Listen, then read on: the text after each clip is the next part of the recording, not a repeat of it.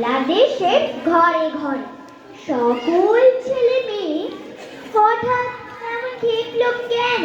সাই ফুটেছে বাঙালি বাপ মায়ের শিশু যখন গেল স্কুলে অন্য ভাষার চাপে নিজের ভাষায় গেল ভুলে। বন্ধই করা আছে। আর হিন্দি জানে না কেউ বাংলা, শিক্ষিতকে বলে এদের, এদের বলে হ্যাঁ। অন্য লোকের নকল করে, নকল করেই ধন্য। আমাদের তো লজ্জা পাওয়া উচিত এদের জন্য। এই ভাষাতে রবীন্দ্রনাথ লেখেন গীতাঞ্জলি। নোবেল পাওয়া সেই ভাষাতে আমরা কথা বলি।